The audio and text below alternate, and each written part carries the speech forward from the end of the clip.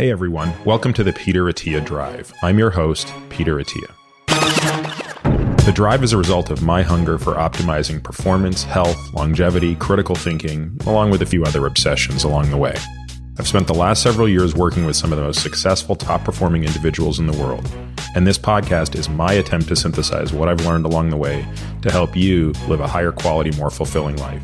If you enjoy this podcast, you can find more information on today's episode and other topics at peterattiamd.com.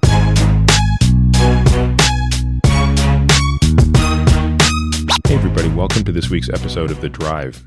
I'd like to take a couple of minutes to talk about why we don't run ads on this podcast and why instead we've chosen to rely entirely on listener support. If you're listening to this, you probably already know, but the two things I care most about professionally are how to live longer and how to live better. I have a complete fascination and obsession with this topic.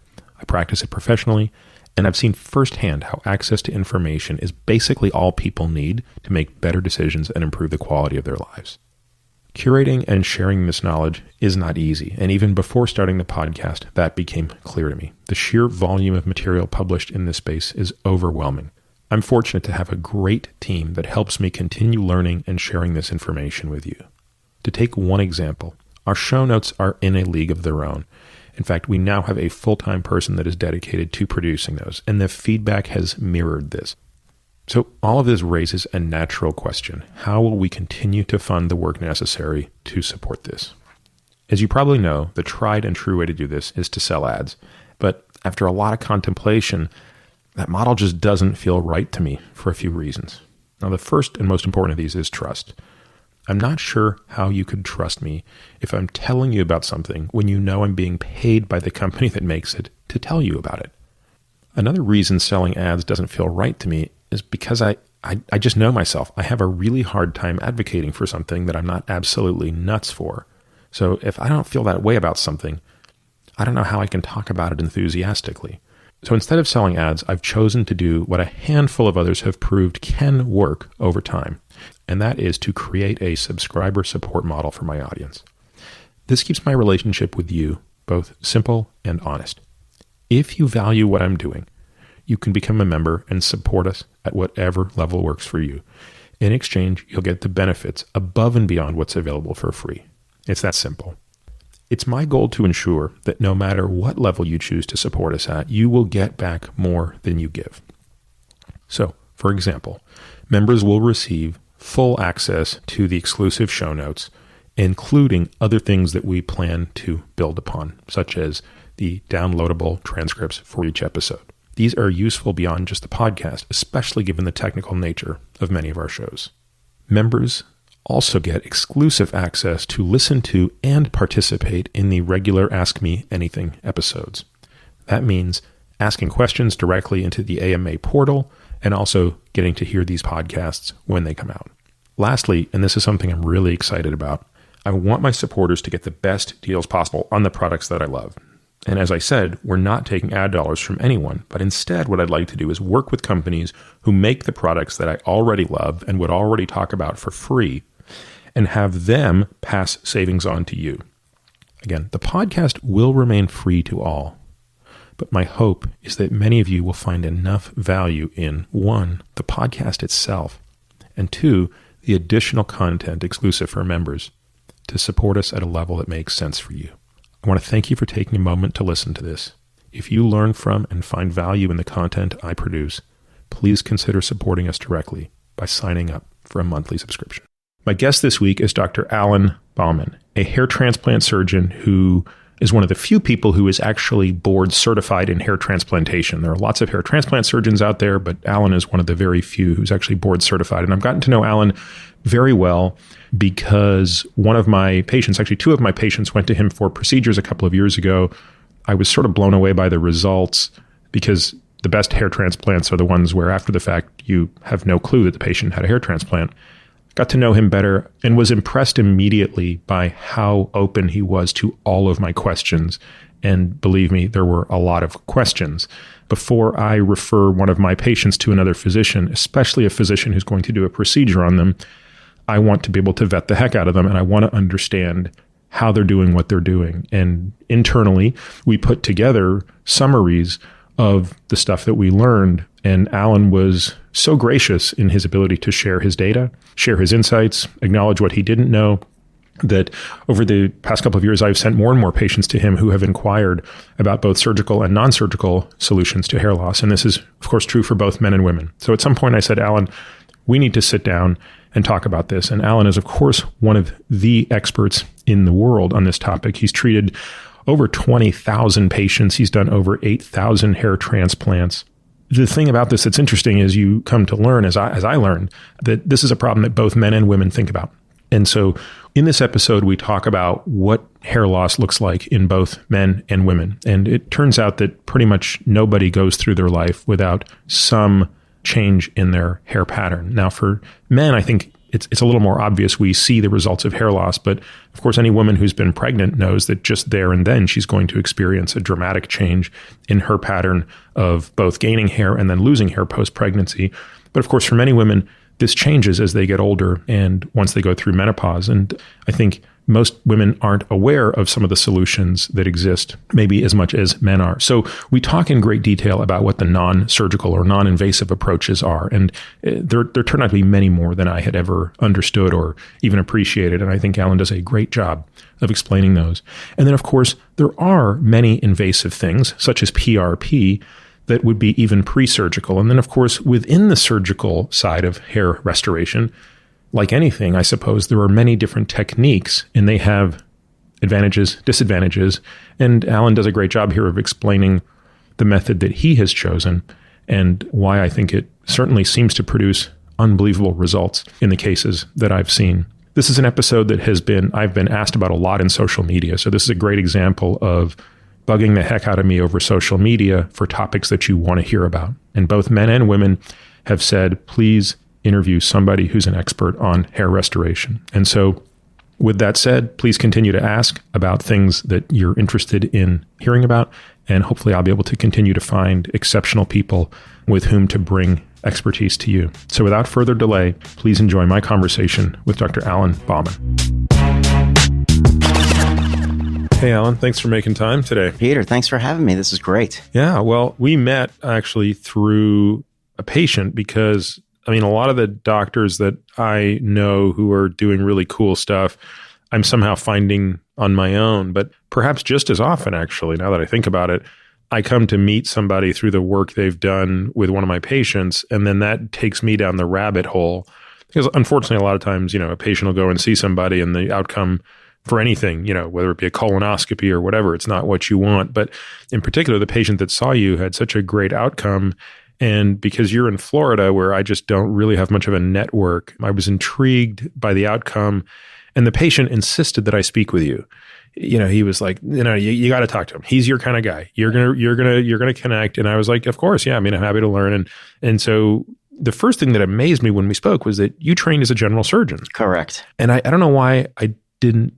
Or I don't know why I thought that would be so unusual. Is that common for people who are doing hair transplantation to have done a complete residency in general surgery? Well, there are many general surgeons in the field of hair transplant surgery, but I would say years ago it was mostly dermatologists. Mm-hmm. But hair transplant is kind of a potpourri of all different types of areas of medicine. I mean, we have people in the field who are psychiatrists, urologists, as well as the commons, ones that you would see, dermatologists, surgeons, vascular surgeons, things like that, who have made a transition maybe from a previous type of practice into hair transplantation. And is there a board certification for hair transplant the way there is for general surgery or thoracic surgery? So the American Board of Hair Restoration Surgery is not recognized right now yet by the ABMS, which is the American Board of Medical Specialties. So it's kind of in its primordial stage.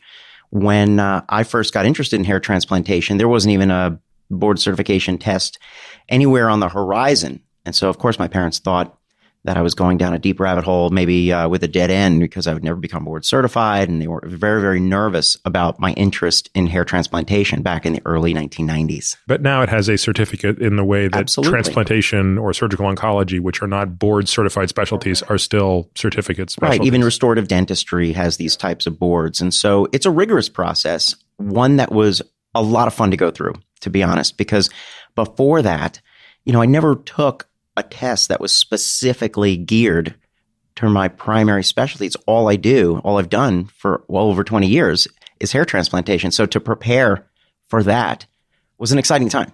It's rigorous, written exam, oral exam. And you guys go through that every 5 years, or how often do you recert? Oh, God, the recertification, I know. I just did my recertification. I should know. It's probably like 8 or 10 years or something like that. So what got you interested in the space? Because it sounds like you're not, again, I don't know if it's the exception of the rule, but you went into surgery to do this, whereas as you pointed out, there are a number of people who come to this probably as a second career in surgery, right? Right. So I kind of fell into it almost by accident. My first love was plastic surgery, reconstructive surgery. My first mentor was a plastic surgeon, pretty prominent plastic surgeon on the Upper East Side of Manhattan, and he was close friends of the family. His kids were my age.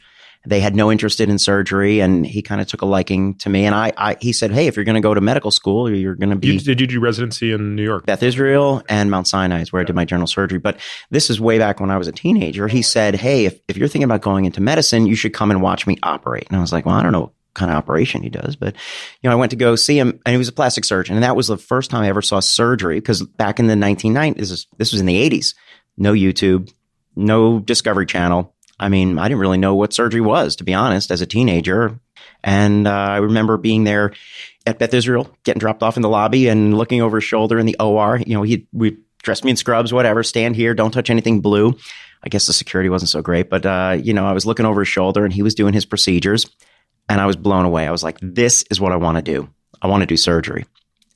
And from there, it was years and years of just shadowing him and being mentored off and on vacation times and things like that. And I pursued general surgery through, my interest in going that route to get to plastic and reconstructive work. Because back in that day, I mean, today there's a combined plastics track where you can do 3 of general and 3 of plastics. But presumably when you went through it, and even when I went through training, those were the exception.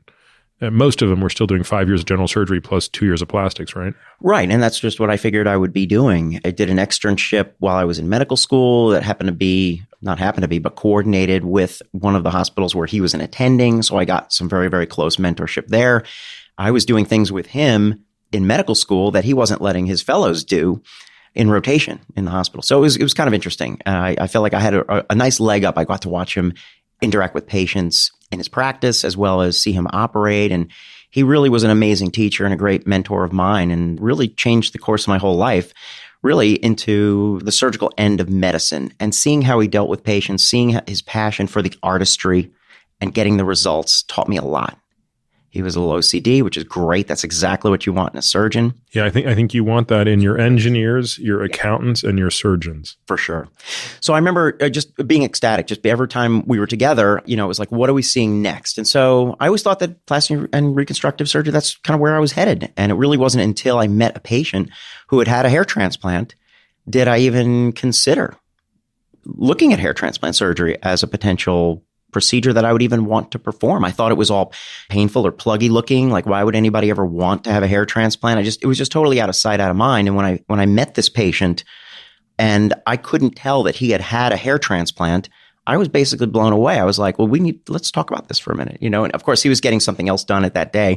And I was the good resident doing the intake forms and the paperwork. And he was telling me about why he flew here or there to get his hair transplanted. And he was a layman. He told me all about, what he knew about the procedure. And I'm looking at his scalp going, do you mind if I ask you, where did you get this procedure done? Where did you have this procedure? And he said, up over there in Canada or something like that. And I said, no, where on your scalp? He's like, well, right here at the hairline. And so he started to explain to me in layman's terms the use of single follicles, individual hairs. What year was this? This was in the mid 1990s. And what year were you in your training? So I was in my second year of general surgery, or the end of my first year general surgery. I was thinking to myself just after that conversation, because he was so ecstatic about it, and it was really something I never thought about before. And it was kind of unusual that the result was totally different than what I expected. Because, as a general surgery resident, you think you know a lot, you think you know everything. And first of all, why would he have gone to Toronto to have the procedure done when everything is here in New York, which is where I was trained. So, a lot of things kind of struck me that way, but it was exciting. And to see that it could be done in a way that was totally unexpected to me. And of course, I watched my dad go through his hair loss process. So immediately I'm thinking, maybe my dad should look into this. And I thought then also, well, if this is that good, maybe I should look into it and perhaps learn how to do it so I could add it to my future practice later on down the line. And so that started me on the path to like looking into hair restoration, hair transplantation as something maybe I would consider doing.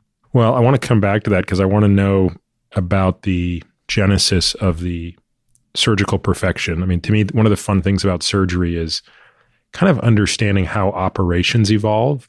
You know, I chose the residency program I chose because of its proficiency in doing this Whipple procedure. And so you would going there, you would learn everything about how barbaric that procedure once was and how over years of being perfected in surgical technique, even the type of suture that was used, the mortality of that could fall from 50% to, 0.3%. So I want to actually come back to this, but I guess I want to take a step way back and just talk about hair loss in general. So how common is it, I guess, both in men and women? Let's start with that. So hair loss is super common. Almost 100 million Americans are suffering from some form of hair loss. And we know now it could be as close to 80 million men and even 46 million women out there who are struggling with the hair loss process. So there's a lot of people out there who are experiencing hair thinning. They may be experiencing receding hairlines, loss of volume, loss of coverage of their scalp. And it's a big concern for many, although very much undertreated. And is there data on how many people care? I mean, or what percentage of men with hair loss care versus what percentage of women? Like, is it naive to assume that this is, even though a smaller problem by numbers in women, that it might create more distress in women? Well, first of all, everybody cares about hair, don't they? I don't understand the question. No, yeah, perhaps, right? No, but certainly it varies because, you could be a young guy in your 20s losing your hair and be really devastated by it. Or you could be someone who has a slower hair loss problem with the exact same amount of hair loss, but at a much older age. And you may be at a different place in time where you may not necessarily be focused on that hair loss. And remember that in men, it's socially acceptable. I'm looking at your bare scalp. You're shaved down to number 0 or 2 or 1, or with a trimmer. Maybe that you shave once every other day, perhaps once a week. So okay, so there you go. But the point is that in women, there's no socially acceptable option for female hair loss, and so it can be much more devastating for sure. Yeah. Even though it's easier to cover in women, so there's a lot of nuance there. Women can lose, half their hair. And you would look at them across the room and think that they have a full head of hair. And that's how the physical optics of hair fibers work, meaning that you can lose 50% of your density. And from across the room, the coverage will be pretty much the same. Okay, well, that's really interesting, right? Because, some people listening to this might say, or get a mental image of somebody loses half their hair, like one half of their head is bald, the other is not. Of course, that's not what you mean. You mean evenly distributed across their head, half the density. You every 2 follicles become 1. That's pretty easy to mask the longer the hair is, right? Right. And of course, female pattern hair loss happens in a very specific pattern behind the hairline. That's where that density loss can occur. So it's not it's very rarely equally distributed. And same in men, there's a very specific pattern that you can see basically progressing from across the room. But it's a commonly accepted knowledge point that you can, and we see it obviously every day in the office, that you can lose 50% of the hair mass. And so that might be a number that's a combination of the density and the diameter of the hair. And if you lose 50% of that, that's roughly the break point between coverage and, maybe some see-through to the scalp. Does that make sense? It certainly does, yeah. So you alluded to something I guess I hadn't even really thought about, which was, someone losing their hair very young. So is there a definition for premature hair loss? Like, because you hear that expression thrown out there, but does it mean like everybody to the age of X is supposed to have perfectly normal hair volume and anyone that loses hair below that, it's quote unquote premature? No, that doesn't make any sense. Sort of a bogus term. Premature is in the eye of the beholder, obviously. If you think that you're prematurely losing your hair, just like prematurely gray, right? So there's a spectrum. Some people go gray in their 20s. Some people go gray in their 80s. Some people never go gray. So how quickly you go gray is genetically predetermined. If 70 is the new 50, then maybe you don't want to be gray at 70. So hair loss is very much the same thing. But, when we see young men, I mean, hair loss can start anytime after puberty, right? 20% of men in their 20s, 30% of men in their 30s, 40% of men in their 40s have visible signs of hair loss. That's a quick heuristic with percentage by decade? Yes, pretty darn close. And so what does that mean? Remember I said that you can lose half your hair by the time it's noticeable to the naked eye. So immediately after puberty, that's when hair loss starts. And this is predominantly more in boys than girls, though. Correct. We were talking about male pattern hair loss, right? When I give you those numbers. So the female hair loss, typically it's a little bit later on, and it's more multifactorial. We can see other things that are affecting the hair loss process. Women are just more complicated, man. Yeah. They do have that luxury. So what happens? Yeah, well, you mentioned for a moment ago, like that if you're graying, that's genetically determined. How much is hair loss genetically determined? In men, it's 99%, 99% is genetically determined. How quickly it's noticeable to the naked eye, where it progresses to, somewhat of the pattern. Is it more loss in the front versus the crown? There's some variations there genetically. Of course, there's 200 genes that regulate hair, and that would include color, curl, texture, and all of those play a role in terms of coverage, right? Because again, those are the physical properties. And then hair styling, of course. So if you're a 20-year-old guy and, with your friends hanging out in the bar on a Friday night and you are experiencing some recession of the hairline, you may be one out of your group of friends that's having some significant male pattern hair loss. So for you, that's premature. You're looking at the rest of the guys in the group, 4 or 5 friends, they all look like they got pretty much full heads of hair and you don't. So that can cause a lot of stress and anxiety. I think in this day and age, Instagram age or however you want to call it, people want to look good and feel good. And they don't want to be rushed into having to accept the fact that they're going to look older than their stated age. And I didn't realize that there were 200 genes that played a role in hair. I never counted them, but that's what they say. No. It's a lot. Directional, yeah. So it's not a simple, if your dad or your mom's dad or something like you, I've heard these things that say that that's the direction it tracks. It sounds like that's not the case. Right. So X-linked, mom's dad should tell you whether you're going to go bald or not. That's really not the case anymore. We know that there's other factors that come from both sides of the family, the genetic components that play a role in all those factors that I mentioned, the color, the quality of the hair and so forth, and the speed at which the hair loss occurs and the patterns and so forth. And I have friends who are brothers who one has total hair loss and the other looks like he's got the thickest head of hair I've ever seen in my life. And maybe one's good at football and the other good at math, and so everybody, that's how genetics work. It can skip siblings. It's recessive gene. So it could skip generations. Or it can be a wipeout. I mean, I have the grandfather bringing in, or the dad's bringing in the grandfather, and then the kids come in, and and it's like a whole family affair because the force runs strong in that family, if you know what I mean. Now, talk to me a little bit about what's going on with women, because I am aware of this only in that, I've taken care of more and more women over the past few years. I realize that it's sort of like you say, like, I don't even notice it, but they notice it, right? And they'll say, do you think that this hormone is right in me or this hormone? Or taking a step back, I certainly remember watching my wife go through pregnancy, right? Where her hair would get very, very thick. You have a baby, a lot of that hair falls out, and then it just kind of all grows back to normal. So putting that aside for a moment, right, which must be clearly driven by hormones. Of course. So the amount of follicles that are in anagen when you're in pregnancy is a much higher percentage. So anagen is the growth phase. You're going to have more follicles staying in anagen, longer time in anagen. So your hair will be thicker and fuller during that time you're in pregnancy. And then when the hormones crash back down after childbirth, then those ratios go back to normal, and a shedding phase, an effluvium or telogen effluvium can occur in about 6 to 12 weeks. But if you're prone to female pattern hair loss, sometimes you don't necessarily recover from that dramatic effluvium. So you shouldn't just say, oh, well, it's just pregnancy shedding and that's it. Because sometimes women come in and they say, look, I had my kid 3 years ago. My hair never rebounded from that situation. It changed right after that. And the other thing I hear women say a lot is the thickness was never the same after. So I don't know that one of us, meaning me or the patient, is skilled enough to assess follicular density, but thickness is very easy for the patient to accept. And, yes, I've heard women say a lot, after my third kid, like, my hair is so thin. And they're referring to the actual hair itself. Right. Well, they could be referring to the hair fiber diameter. And that can change just with age, honestly. It gets thinner with time.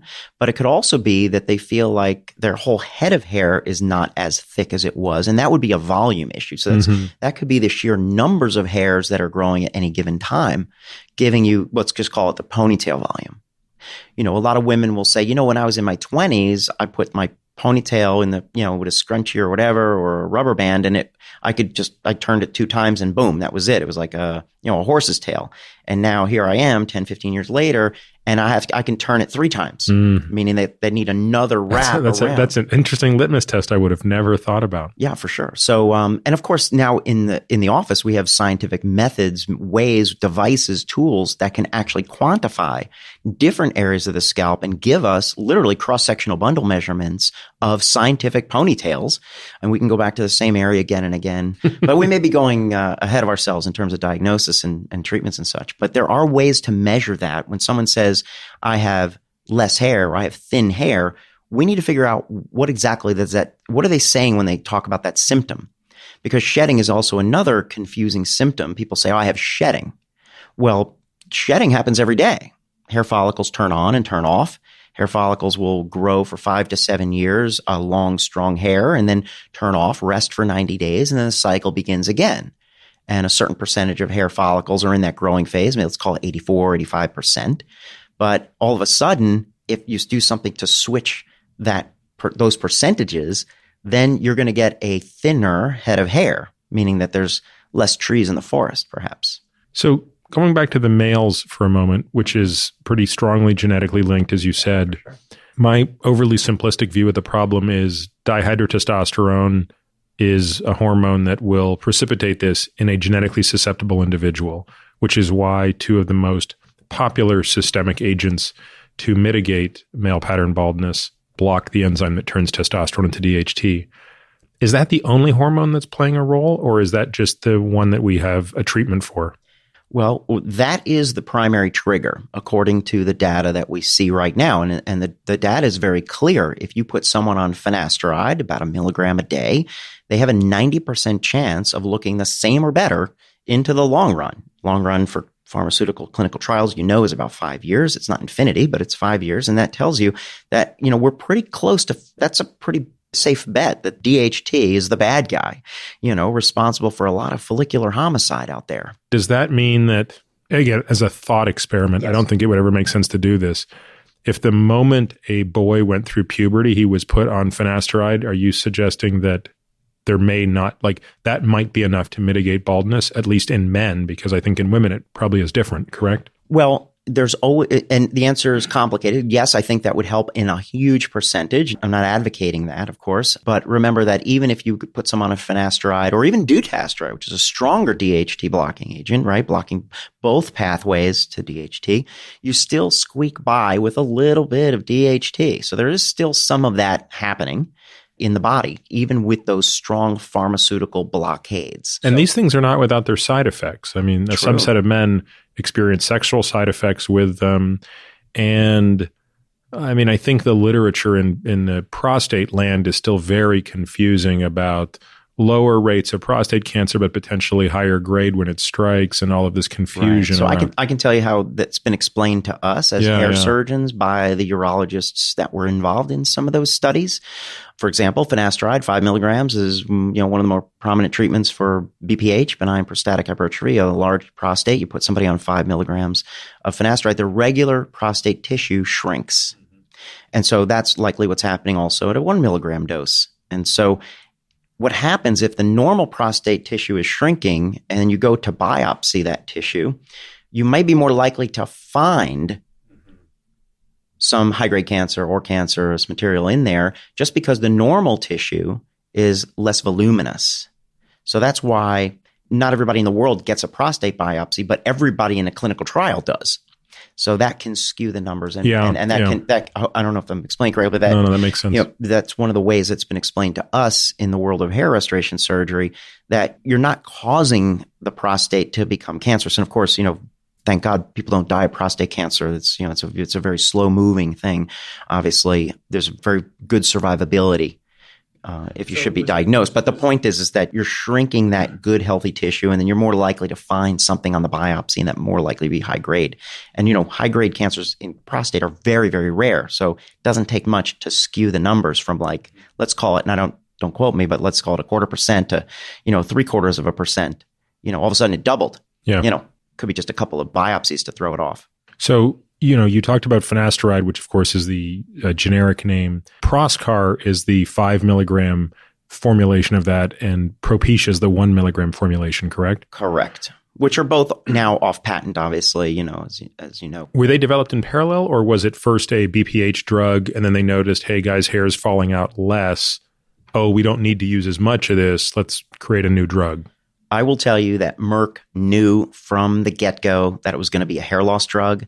They also knew about the effect on the prostate. They went after the prostate indication first, got that FDA approval, and then had safety studies and such done for that, and then pursued the hair loss indication after. And it was FDA approved for hair loss as a 1 milligram dose in 1998. Got it. So it was not serendipitous as minoxidil was. And some people confuse those two stories. Like, oh, this prostate drug, they figured out it grew hair. No, that's not the way finasteride came about. Wasn't minoxidil, at least systemically, a blood pressure drug? Yes. So I think back in the 70s, minoxidil was administered for hypertension. And I think it was people who were on dialysis, honestly, that were being noted to be on this drug for long periods of time. And the people running those clinics were seeing patients on minoxidil, oral minoxidil, and they're literally growing hair on their knuckles almost, and seeing hair growth in other places. And that's how and it wasn't really that great of a blood pressure drug, minoxidil. And so that's when they decided to move it into a topical. One man's side effect is another man's indication, right? Yeah, for sure. The story of Viagra, not quite as elegant, but similar. So we'll come back to minoxidil because it's topical, and that's what Rogaine is by brand name. Correct. So Rogaine was the first drug. Rogaine was a minoxidil formulation with propylene glycol, and that was the first FDA-approved medication for hair loss. So that is an important data point in the history of hair loss. When we write the history books, that really started hair loss as something that we can treat, and the beginning of the end, if you will, of the snake oil era. So Rogaine is purchased over the counter, correct? Right. So today, Rogaine's available in a number of different formulations over the counter. You can get 2% or 5% solutions or foam versions. There's generic versions all over the place. But the problem is that most of those are very, very irritating to the scalp. They can be very greasy or gooey. The foam versions, if you have any kind of hair on your head whatsoever, it can be very difficult to apply to get into the scalp. So those formulations have some issues. And that's why Rogaine, if you will, or over-the-counter minoxidil, is consistently ranked as the most disappointing hair loss treatment ever by Consumer Reports. They had a big report on that really? a number of years ago. And the reason is because it's very difficult to use. So I would say about 15 years ago, we started looking at compounding pharmacies to really help us make a better minoxidil. Could we create a minoxidil that was penetrating better, easier to use, less irritating to the scalp, take advantage of some of the other knowledge that we have about the hair loss process, like inflammation and so forth? What could we do to potentiate or accelerate the movement of minoxidil across the epithelium into the location of the follicles where we need it the most? And that's where we came up with some of these more sophisticated formulations like 82M and 82F and so forth. All right. Well, I want to come back to that as well because that sounds super interesting. Going back to just close the loop on the pathophysiology in the women who, and again, separating it from sort of the pregnancy cycle, you have a woman who 20 years after or 10 years after having her last child starts to say, my hair is getting thinner. And it's to the point where she's noticed it either just based on the volume of hair coming out in the shower, brushing her hair on a pillow, whatever, and or even just able to visually see the difference. What do we think is driving that? Acknowledging that it's going to be more complicated than just her DHT, which is probably very low. Yeah, her DHT levels could be very low, but she can also be androgen sensitive. So there is about a 50% success rate when you apply finasteride in postmenopausal women with hair loss. When you say apply, you mean don't take it orally? Orally. Oh, I thought that it was completely contraindicated in women. Well, women of childbearing age. It can be used off-label in postmenopausal women because the risk is to a developing male fetus. Yeah. And that's the main issue because, DHT in a developing male fetus is the driver that makes men look like men. for lack of a better way to explain. So, we would never want to use finasteride in women of childbearing age, and it's not FDA approved at all in women, and for those reasons in particular. But we do know that there are some studies out there that showed that 50% of women who were in these clinical trials with female pattern hair loss, postmenopausal, right, no risk to a developing male fetus at all, were treated with finasteride, and they got some response from it.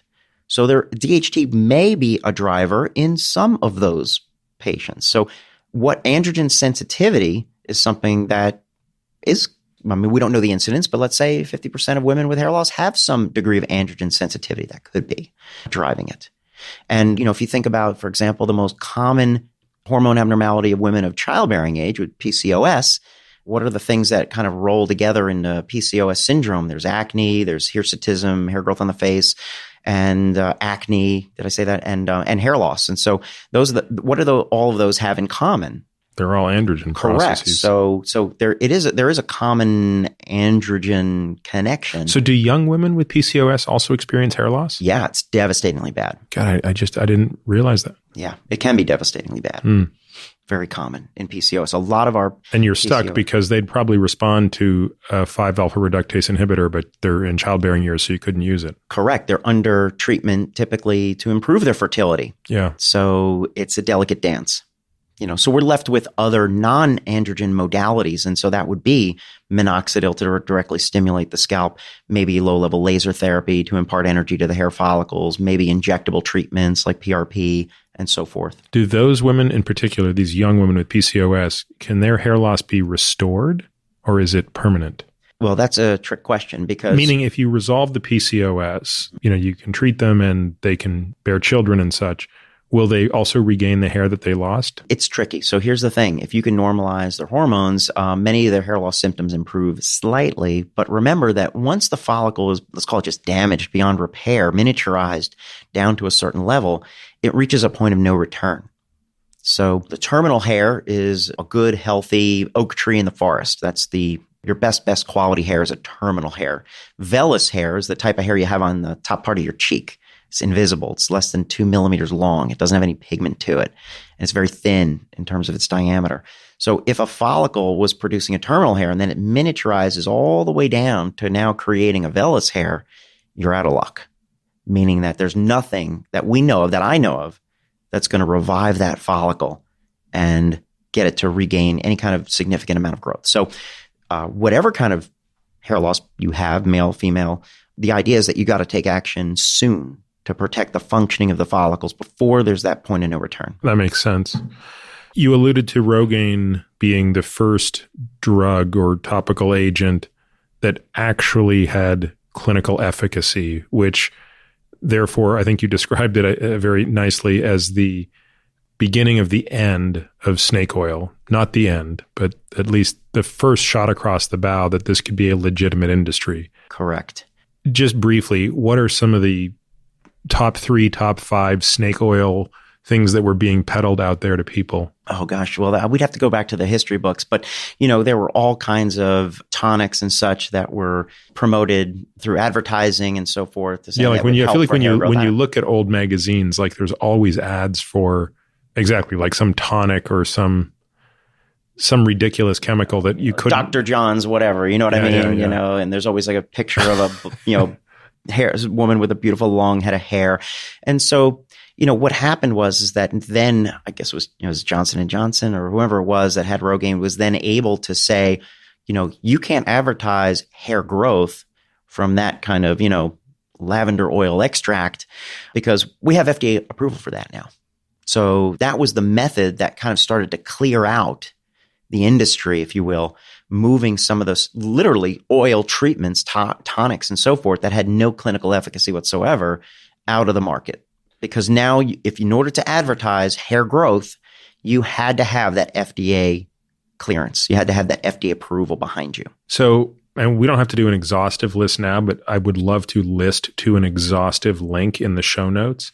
But what are some of the snake oils you're seeing out there today that people come to you saying, I've been on this and it hasn't been working, or what do you think about this? Well, there is a long list, but here's the thing: you have to be careful because people say, oh, well, Rogaine didn't work for me, But remember, we said earlier on that application matters. Application makes a big difference. Compliance. Most people, they pick up a bottle of Rogaine. They're lackadaisical about it. They don't do it twice a day. They can't get it on their scalp. They have some kind of irritation. They don't know that it's working. So a lot of it is expectations too. So, right. So, people say, well, that Rogaine didn't work. Or, this handheld laser that I bought back in, 1999, it was supposed to grow hair, but it doesn't. But the problem with, for example, that small little handheld laser is just that you're trying to water your lawn with a watering can when really what you needed was a sprinkler system. You needed a different type of delivery system.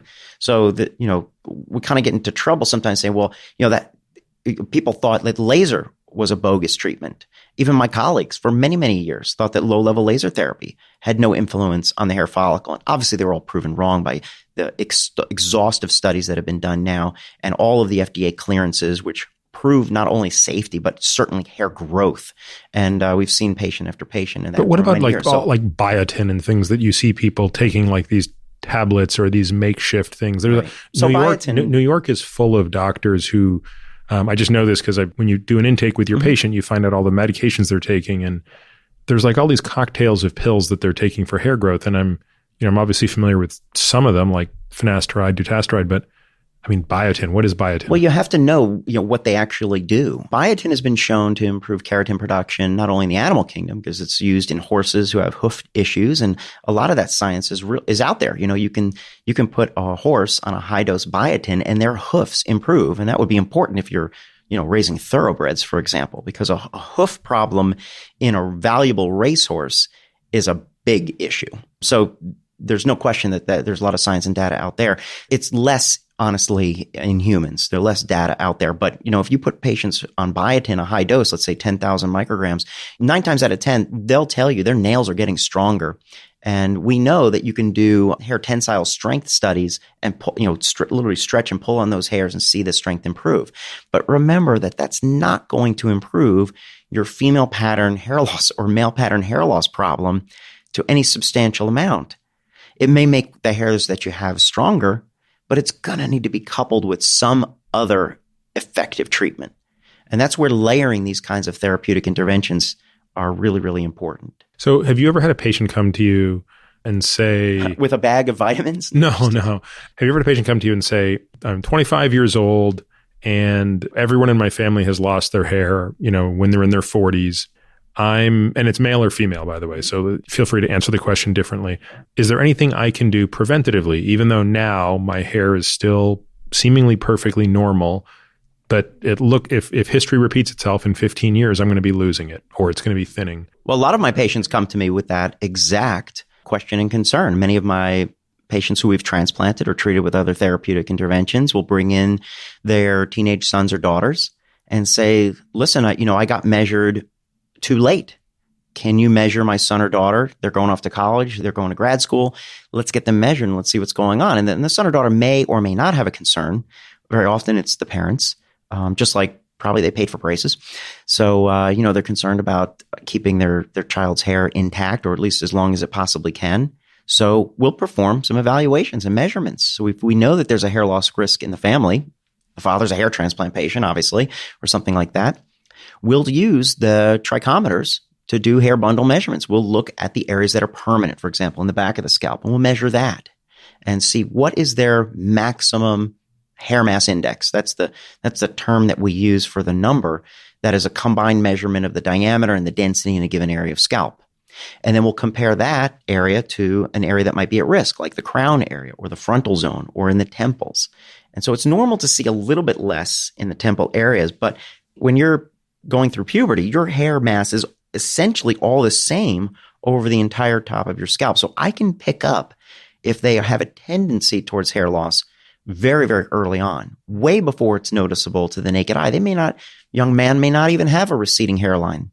And we can tell by measuring, the instruments are so sensitive, we can tell already he's got maybe let's call it a 20% loss in that frontal zone. Because you're sure that it's not just 20% less genetically. Correct. It should be the same. These areas are the same. I have patients that come in and they get measured and they are the same. All of the areas measure A-OK.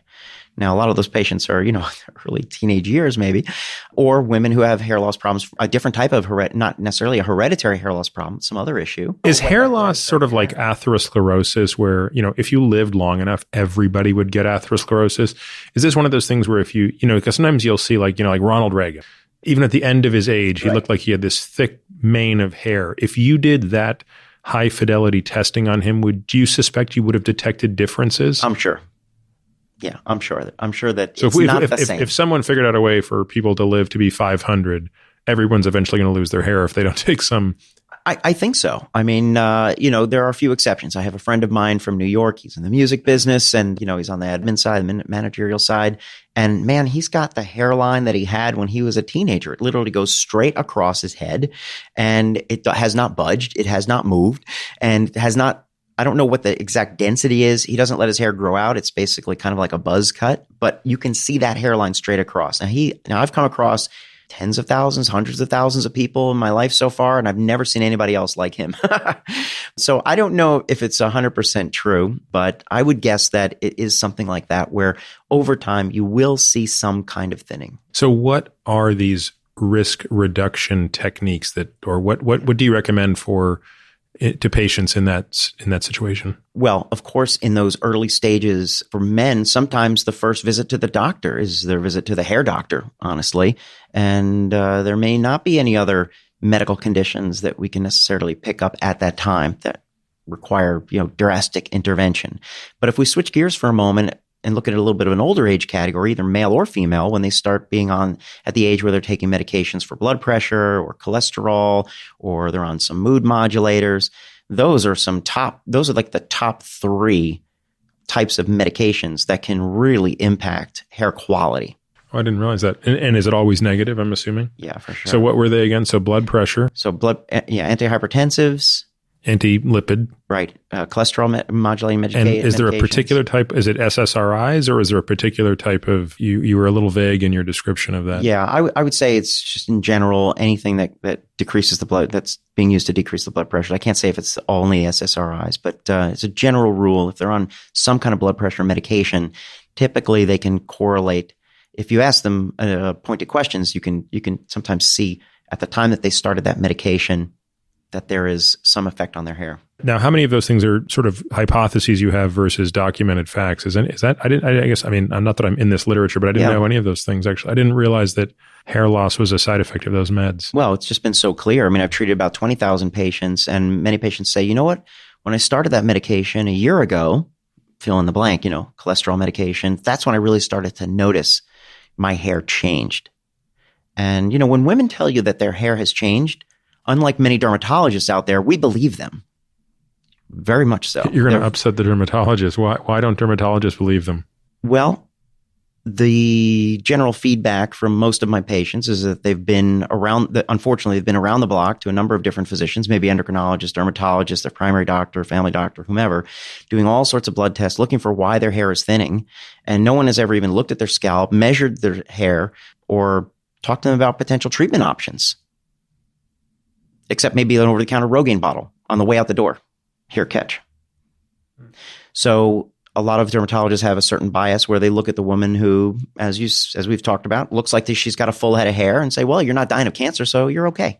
And so this is not, I wouldn't say it's a sweeping comment that I've made. I wouldn't say it as appropriate for every single dermatologist out there. And I think that many derms are starting to wake up to the fact that hair loss is important, something important to treat, and that it can be devastating for many men and women who are experiencing it. So my heart goes out to them if they've been to a dermatologist or several and kind of been ushered out the door saying, well, we're here, we're lopping off cancer growths over here. That's what we do. So you got all your hair, your hair looks fine. Are there dermatologists in high volume places like New York and Florida that would be doing what you're doing, which is they're taking a sort of either surgical or non-surgical approach, but basically doing pure hair restoration? Like, it sounds to me like one of the problems in that scenario is, if you're seeing a dermatologist who's mostly interested in skin cancer, it's like you might as well be asking your radiologist that question, right? Yeah. Well, unfortunately, dermatologists often hold themselves out as experts in skin and hair, but yet they have little ability to diagnose the hair loss process. They have no interest in measuring or monitoring or prescribing even a treatment regimen and keeping a patient compliant with it. So it's just kind of like a doorknob conversation for them, and they don't have the time to do it, honestly. I mean, a good, strong hair loss consult in my office takes at least an hour. Typically, patients usually spend about an hour and a half in my office when they come in for a consultation. You're not going to spend an hour and a half with your local derm. Okay. Certainly, they're going to do a quick exam, look for some funky mole and then kind of send you on your way. So they don't have an hour to spend with you. So I think it's part of it is that those practices are just not simply set up to treat hair loss. So I mean, the takeaway is, I guess, if you go to see a doctor about a concern you have on hair loss, find a specialist. Find someone who's going to do a bunch of measurements. You want to make as many objective measurements as possible. Absolutely. Well, find somebody who does it full time. That's their area of expertise and specialty. And yes, who has those tools at their disposal to measure and monitor and figure out what's going on, or whether it's genetic testing to look at androgen sensitivity in that postmenopausal women. I mean, a lot of derms just don't have access to some of that stuff. And what were the tests again? You do a test of tensile strength, you do density, and then what sounded really interesting was the comparison density test, right? Where you do density in a region where there's never going to be hair loss, make that your control, and then look at the crown. Yeah, crown or frontal and temporal areas, or anywhere really that the thinning is occurring. You have to look at the scalp and you have to see, is the skin tone normal? And, we've spent a lot of time talking about hereditary hair loss, but there are many other types of hair loss. So, figuring out what's going on in each of these different areas, requires someone to look at the scalp and see what's happening. How many times do you look at the scalp and you see something completely unrelated, like, a fungal infection that can completely be treated and ameliorate the whole situation? Quite often, actually. And one of the things that I've learned over the past maybe 5 to 7 years is the impact on scalp health to hair growth. And, we had kind of an inkling that maybe this was important, but there is some good data out there, journal articles and such, that talk about, especially coming out of like the dandruff, if you will, treatment protocols of zinc, parathione zinc, and some other treatment protocols for malathesia, the yeast overgrowths that you get in the scalp, that show that if the inflammation and the overactivity of those populations are out of control, then you can get a detrimental effect on hair growth. So we know that today, that scalp health is important. So the soil in the forest needs to kind of be fertile. And if it's really inflamed or there's inflammation, if there's inflammation going on, that can definitely shut down the follicle and impair hair growth. So that's important to look at that. If somebody has dandruff, do we have a sense of how much that's increasing their risk of hair loss? So dandruff is kind of a nonspecific symptom, right? So flakes, right? But flakes could be thick and yellow. They can be small and white. Your scalp could be oily and dandruffy. They could be dry and flaky. So, that's a whole nother deep discussion on trichology, which is the study of the chemistry of the scalp, essentially, where we look at scalp pH levels, moisture levels, sebum levels, and really try to assess what's the right protocol of scalp care. Just like you would do that. An esthetician might do that for your face, for your skin of your face. Well, we want to treat the scalp in that same kind of way. Figure out, what's the right protocol? How often should you shampoo? What's the right shampoo for you? And that's not sometimes a simple question to answer, especially if you ever, maybe for you it is, but if you walk down the shampoo aisle in any supermarket, you see that there's thousands of choices, right? So there's got to be some confusion there. Yeah. Do you have any takeaways on what people should be doing? Are there any do's and don'ts with shampoos and conditioners? So I think the best thing, of course, the do's and don'ts. So shampoos and conditioners, if you have any length of hair, you should always follow your shampoo with a conditioner. Shampoo is like a degreasing, essentially. It's a cleanser. And if you shampoo in a harsh way or with a strong surfactant, let's call it, then you're going to strip out a lot of the natural oils of the scalp and also of the hair. And a conditioner replaces those natural moisturization of the hair. So it's kind of important to do both of those things. But there's a huge spectrum of different types of shampoos. First of all, shampoo is not going to cure your hair loss. So when you asked, circling back, about some snake oil type treatments, there's no one shampoo that's going to fix your hair loss situation. But again, you have to understand, if we can rectify some imbalance at the level of the scalp and reduce inflammation or tackle a fungal overgrowth, and we're going to start to improve some things. And if we have some ingredients that maybe we want to apply in the shower while the scalp is kind of steamed, if you will, sometimes that's the right time to do it. But I guess the point is that finding the right shampoo and conditioner regimen for you has to do with some of the variables that I just mentioned, the scalp pH level, moisture level, oil level. What's your natural sebum production? What does your hair care regimen look like? Does it require a lot of product or hairspray or things like that need to be rinsed and washed out? Are you in a dirty environment? Do you live in the city where there's smoke and toxins and things like that, and debris that you need to wash out of your hair on a regular basis? So how does somebody, given that I don't think about this problem, how does somebody who does think about this problem find out? Is this something where you can go to a website where there's like if you fit these criteria, this is the shampoo conditioner combo you should use? Well, there are just some general guidelines, right? If your hair is kind of long and curly, for example, let's call it even kinky or afro type hair, then you need like durable conditioning. You need conditioners that kind of stick around for a while. If your hair is on the other end of the spectrum, let's just call it like thin and kind of limp, then you need very, very light conditioners. And you want to make sure you're using a shampoo that strips out a lot of that oil so that you get some weightlessness to the hair in order to style it. So there's some general guidelines. I remember when my daughter was little and I would give her a bath. I don't know what, this might have been just a total wives' tale, but I remember that I was told shampoo is more important in the scalp, conditioner more important. So you would start the shampoo at the head and work out to the ends. And then when I would put the conditioner in her hair, I would start at the ends and work up. Is that total nonsense? No, it makes some sense because the ends of the hair are the ones that are typically the driest. It's been around the longest. The hair doesn't self-repair. It's a keratin fiber, right, that your body has produced. It's not alive. So when the fiber is long, that means it's been around a long time. And so the tips of the hair is the part where you're going to see a fraying of the hair, right? It's the part that looks the driest. It's the part that's had the most exposure to UV radiation and everything else, heat, or if you've done a Brazilian blowout or some other straightening treatment or curling treatment or coloring treatment, the part that's received the most amount of abuse is the tips. And so the tips of the hair are typically the ones that look the unhealthiest and feel the unhealthiest. They may be rough. The cuticle's starting to peel up. The ends are starting to split and fray. And if that continues, obviously, then it could lead to hair breakage, which is a very common problem for hair loss in women, or trigger of hair loss in women, the hair breakage. Literally that they've stressed out the fiber so much that the fibers are actually breaking. And we see that with harsh chemical treatments time and time again, or the new trends for flat ironing and such, where you put the hot ceramic flat iron again and again and again and again and again on your hair to straighten out the curl. And so that application of heat and or other products can degrade the hair fiber. So you should condition the hair itself rather than the scalp. But don't forget that sometimes the scalp needs a little love too. And we have a bunch of different types of products that are for exfoliation and for moisturization and anti-inflammatories and things like that. Obviously, if you have a severe psoriasis issue, we need to get those flakes out of there and we need to treat that psoriasis. That's a bigger bit of business than just trying to what kind of shampoo should I buy at the supermarket? Right.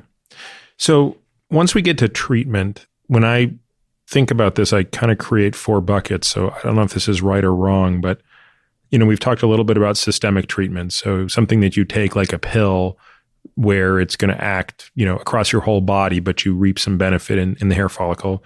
And then we've talked a little bit about topical as well, like, minoxidil. I don't know if we would consider laser also topical, but maybe that could be considered something topical. Well, let's talk about, for example, putting oral and topical medications or pharmaceuticals in one bucket. And then let's talk about non-chemical therapies in another. Okay. So our non-chemical therapies would be laser and or PRP. And so a lot of times during a consultation process, we're looking to try to institute something that's going to help someone's hair loss issue. And they may say, you know what, I just don't want the risk of side effects of this drug. I don't want to apply this medication into my body. And I can certainly understand that. They may want to try something that's non-chemical, whether it's a real or perceived value of less side effects. Laser has no side effects, for example. I see. So you think of laser, PRP, topical as maybe something you would try even before you go systemic. For a patient who wants to be stepwise, obviously you could do them together, but. Well, for men and for women, it's going to be different. So for men, we talked about the fact that finasteride knocks out the DHT level, and that's the primary treatment. It's a strong treatment, 90% success rate, very low incidence of side effects. So for a guy, we're almost always going to consider that Correct. We're going to talk about that first. Yep. Now, they may say, hey, no way, I don't want to do anything that's going to lower my DHT level. And they may have heard or read about they have side effects. Yeah. They may have side effects. So there's ways to get around side effects, changing timing of the dose, frequency of the dose, the amount of the dose, moving that finasteride from an oral treatment to a topical with a prescription product like 82F is a way to get around that. So that would be for men. Let's try to at least address the DHT issue first. And if we're not going to go that route, then let's choose from the other tools in the toolbox. Now, for women, because DHT is not the issue, most women are of childbearing age. We're not even thinking about finasteride for them.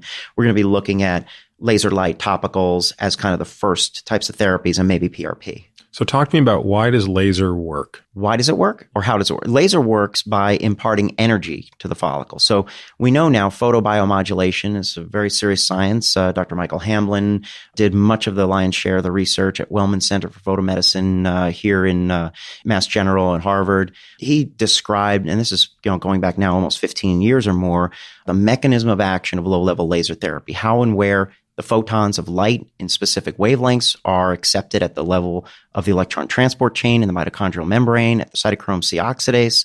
And what you get is a hyperpolarization of that mitochondrial membrane. And if you remember back from basic science, that those ions flowing back and forth into and out of the mitochondria is really what generates ATP, for kind of a simple way to think about it. ATP is the energy center within the cell. And if you can charge up those energy centers, if you can make those mitochondria kind of fire up and produce a lot of fuel, you end up getting a better, stronger, healthier hair growth. Do we know that in people who are losing their hair, there's a deficiency in ATP production at the follicle? No. Or is this something that we're doing to override whatever it is that's potentially causing the issue? We're trying to override it. And it's the same thing with minoxidil. When you apply a topical medication like minoxidil, you know that it has nothing to do with DHT, but you're basically pushing that gas pedal all the way down to the floor, trying to push that follicle into the best possible growth. What is the mechanism? I forgot. It's so funny. I've never seen a patient take minoxidil for blood pressure, and yet I sort of remember studying this in USMLE Part 1. What is the actual mechanism? Yeah, it's a potassium channel opener. Okay. And so what is that doing to the follicle? So that's a great question, and probably beyond my pay grade, but there are many physicians, great colleagues of mine in the UK who have kind of figured all of that out, and I can provide that research for you. But essentially what minoxidil does is it keeps the follicle in the growing phase. So remember, we talked about the anagen, which is the growing phase, and then, of course, the catagen, telogen. Those are the resting degeneration phases of the hair follicle. And we know that in a certain area of scalp, there's going to be about 85% of the hairs in a healthy area, 85% of the hairs are in a growing phase. But as you get to a male pattern hair loss or female pattern hair loss situation, many, many more follicles are in a resting phase than in a growing phase before. Those ratios change. And the hairs spend less time in a growing phase. So the anagen phase starts to shorten. So that's one of the reasons why, if you have someone with thinning hair, whether it be male pattern hair loss in the hairline or female pattern hair loss, let's say in the frontal zone, right behind the hairline, typically you can make a part with your comb and you can see these very, very short, kind of spiky hairs. That is indicative of miniaturization. And if you look at the microscopic level, you'll see even shorter, thinner, weaker, wispier hairs than that. So what happens is that when you put somebody on minoxidil, resting follicles start to kick into action and grow. So you're going to start to produce more fiber. So fewer spikes, more of the long guys. Right. And the guys who are already growing that may want to turn off too soon are kept in the growing phase. So the anagens can be delayed, meaning that the anagen is going to keep going. And we also know that the longer you keep a follicle in anagen, the thicker the fiber becomes over time. So there's literally fewer exits at the cellular level in the matrix at the base of the follicle near the dermal papilla. The cellular material continues to aggregate in that area and almost like swell, essentially. As long as you keep it in the anagen phase, you actually get a thicker hair follicle over time and a thicker fiber as a result of that. So your question was, how does minoxidil work? It decreases the amount of follicles that are in that resting phase, keep them in the growing phase. And so you're going to get better, thicker, stronger, healthier hair from those follicles that could be rejuvenated, that are not too far gone. Yeah. Okay. That was the next question I was going to ask you. Thank you. So let's go back to something you alluded to earlier, which is most physicians, this is one thing I know about hair loss. Most physicians I've spoken with have said what you said earlier, which is, you don't want to buy minoxidil off the shelf. You should have it compounded. Correct. What? I didn't realize that there was foams, and I didn't know that's what the exact issues were. So that's obviously one issue you're trying to overcome, is create a different viscosity that makes it easier to reach the scalp. But what are the other agents that they typically add to minoxidil to make it more efficacious? So tretinoin, Retin-A. Yeah, is excellent to mix with minoxidil. Wouldn't that also aggravate the scalp? Usually not. If the percentage is 0.025% that we're working with, you're not going to get an aggravation, but there's a lot of good clinical data that shows that the combination of minoxidil plus tretinoin improves the hair growth. So there's some basic science that describes the increased penetration, and then there's also on the results and increased hair density and hair growth that you get from combining minoxidil and Retin-A. In, for example, the Formula 82M product, which is our most powerful, most popular treatment, most easily compliant version of minoxidil, it's a prescription compound, obviously. You're going to have also a tiny little bit of fluocinolone in there, so it's a little anti-inflammatory. What is? I'm not familiar with that. It's a steroid anti-inflammatory. Oh, yeah. That's one that you would put on your skin if you've had like a rash or something like that. Yeah, it's very common in the dermatological world. There's basically a whiff of that in the 82M formula. So even, inflammation is such a big topic on this podcast. It comes up in every disease. Interesting. I would not have thought it was going to come up in hair loss. But. So I was part of a study in the University of Miami where they looked at the microinflammation at the level of the hair follicle. We donated a number of follicles from hair transplant patients from donor zones and recipient zones and such. And what they determined is that there is an inflammasome, which is this mediator of inflammation that was discovered and elucidated through some of that research. Jeez. So there is microinflammation. It's very well known. Male pattern, female pattern hair loss. There is a lot of microinflammation at the level of the follicle. So we think that maybe not only could the fluocinolone that's in the 82M be making it more tolerable to the scalp. Certainly, people can have dermatitis from just about anything. You can put a piece of Scotch tape on your head and have dermatitis from it. So maybe it's keeping the scalp a little bit healthier in that way, but also addressing that microinflammation right at the level of the follicle and shutting that down a bit. And that also helps us out in understanding that there's some microinflammation. Also helps us understand some of the more nutraceutical ingredients that we see. It also helps us understand maybe how some of our sophisticated PRP creation techniques may improve hair follicle function. Once you understand that there is some bit of inflammation going on, it kind of opens the door to some other modalities of treatment. So we've established that for most guys, a combination of 5-alpha reductase inhibition plus this type of a compounded topical minoxidil plus or minus the laser to hit. And it's so funny. I'm totally familiar with that technology for some of the experimental use that's going on with Alzheimer's disease for the exact same reason. It's hitting cytochrome C oxidase.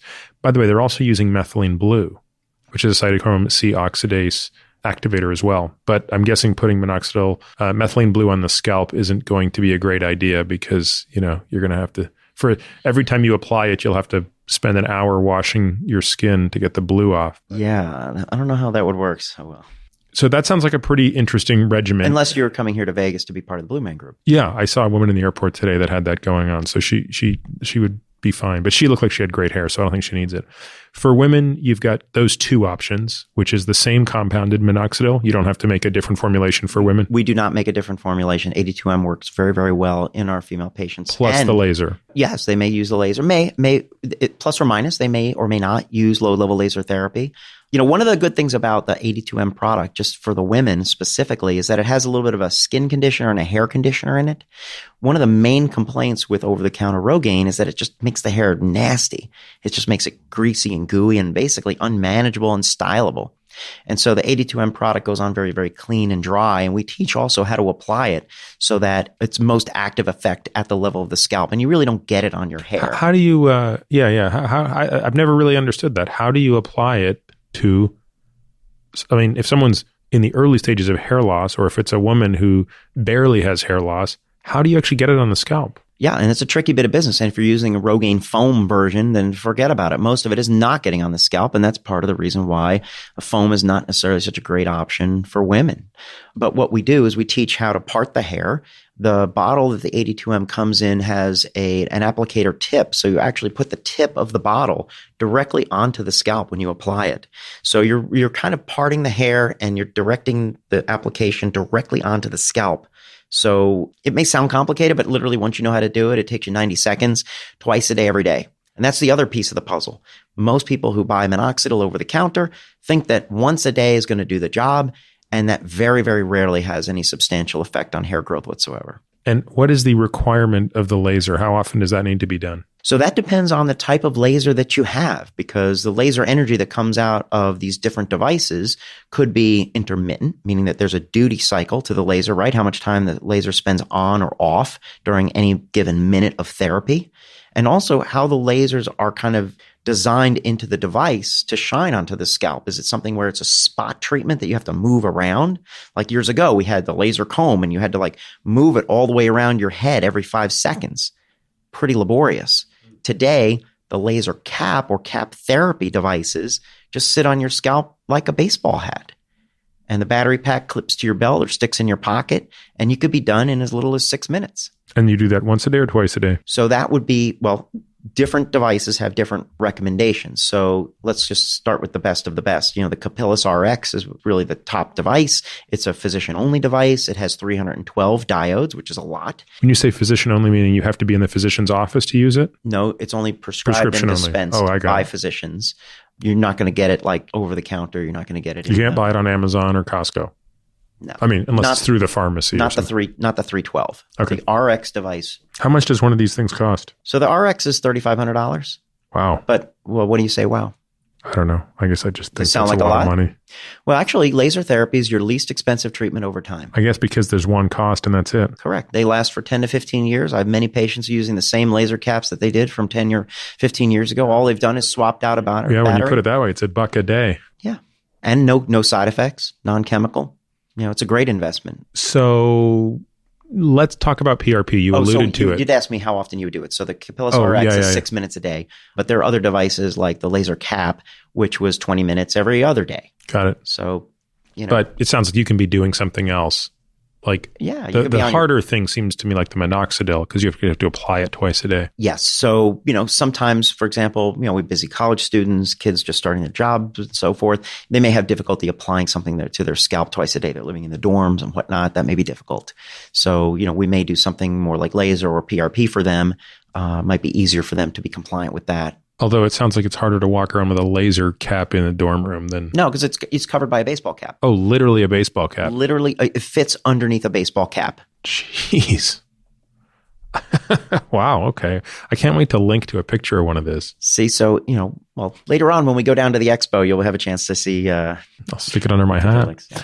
Okay, you alluded to PRP. Now, you know, in say the world of orthopedics, where PRP is used quite often, I think the jury's still out on the efficacy. I think most orthopedic surgeons I speak with believe there probably is some efficacy to PRP, though it obviously seems to be dependent on two things: the technique used to basically create the formulation and the clinical judgment and when and, you know, who, patient selection, basically, for lack of a better word. For sure. Because think about it. If we relate it to the hair follicle for a moment, if the follicle is dead and gone and you're hoping that your laser minoxidil PRP regimen is going to do the job, what do you think that success rate is going to be? Probably not pretty good. Yeah. So, you know, you can't come into a baldness clinic with total hair loss and think that a PRP is going to solve the problem. That's not going to work. And so I would imagine orthopedics is pretty much the same. If you have someone who needs surgery because there's some severe depletion of whatever, I don't know if it's cartilage or something else, you know, that's not going to be gently fixed by a little bit of regenerative medicine, you know, they're going to need surgery for that.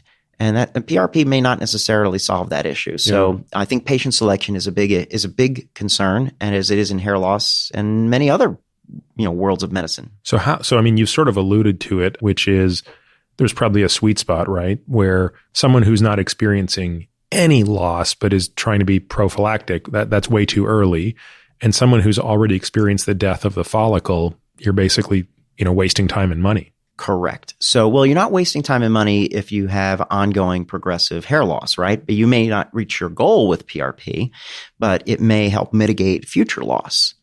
just like the use of minoxidil and laser is not going to bring back that receding hairline, but it's going to keep it from receding further faster. Fair point. Yeah. Okay. Yeah. So combination therapy, there's, again, thinking about what we do in practice every single day in my office, is part of the process is to prevent loss of the follicle function and enhance whatever follicles you have. And then the other piece of the puzzle is to restore density to those areas which are too far gone. So PRP has a role in that, right?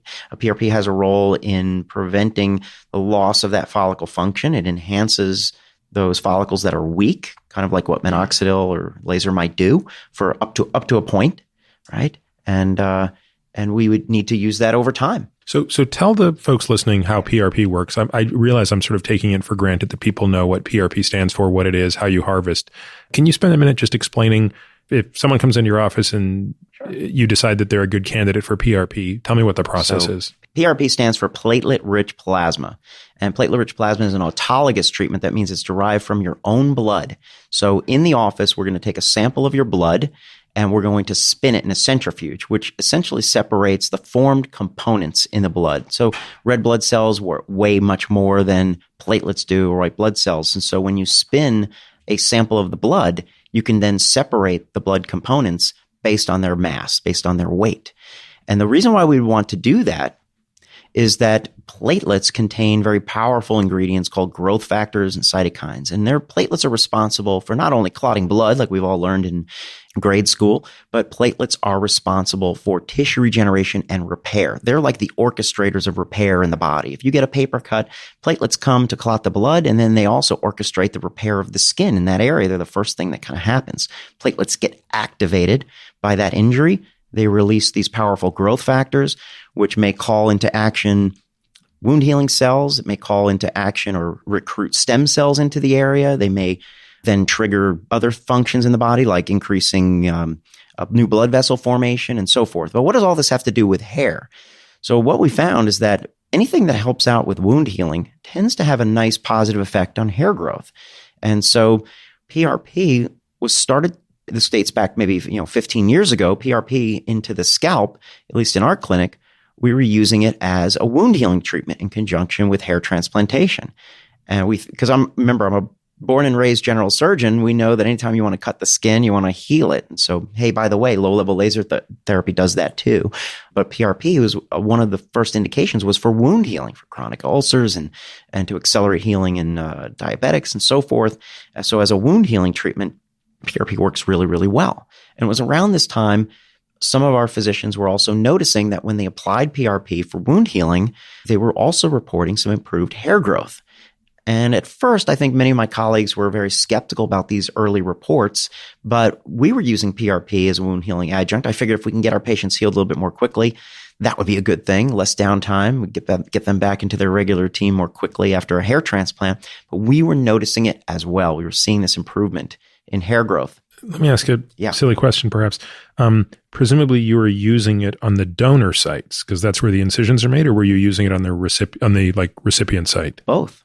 I see. Okay, makes sense. Yeah, we were using it in both areas. The recipient zones, obviously, the ones that were pretty much more visible at that time in, let's just call it around 2007, 2006, and that's when we got started with PRP. And our colleagues were also noticing that, as I said before, that there were some improvements in hair growth. And so we started to apply it a little bit more aggressively in some of these patients and applying it into other areas of the scalp that maybe we weren't transplanting. And lo and behold, colleagues and myself included were noticing that there were some improvements in the thickness and the caliber and the length of some of these miniaturized hairs. What size needle do you use to inject it? So I use a 27 gauge half-inch. Is it painful? PRP. No, PRP is not painful because we use a complete local anesthetic block. So we're going to block the entire area that we're going to treat. People say, well, of course, once the local anesthetic is in place, you won't feel anything on your scalp. Obviously, that's how we do a hair transplant. People often say, oh my God, it's so painful. Like even if you put the local anesthetic in, that's going to be painful. No, it's not. We have a Pronox device, a nitrous oxide delivery system. It's on demand. If you want to take a couple of puffs on the nitrous, usually makes it 100% painless. And to be honest, 9 out of 10 patients say that it was dreamy when they had their treatment done. So PRP should not be painful. So that's a good point for people to know. Should not. Yeah. I'm amazed you can get it out of a 27 gauge needle. Like I thought it would have been too viscous to come out of that. No, platelets are tiny. Platelets are super duper tiny. I mean, we can look up the exact measurement, but come to think of it, they are. I mean, they're extremely small. Yeah. Yeah. It's basically platelets part are of plasma. smaller. Yeah. But platelets are cell fragments that are smaller than red blood cells. Yeah. So they're extremely tiny.